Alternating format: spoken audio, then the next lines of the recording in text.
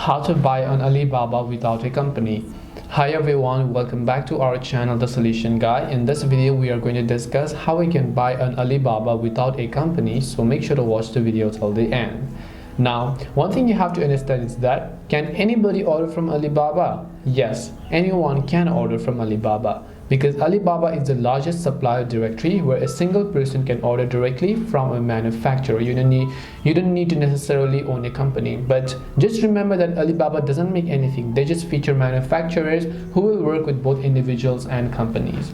Now, as I said earlier, Alibaba, you don't need a company to buy on Alibaba, you don't need a company to buy on Amazon, but it also depends upon the seller, because let's say most of the sellers on Alibaba are wholesalers. They only want to sell in bulk. So it's not upon Alibaba, but it is upon the seller. You have to meet their minimum order requirements, which means that if you just go ahead and select a specific product here, you cannot order only one product, because they have their minimum order requirements, because they are mostly selling in wholesale.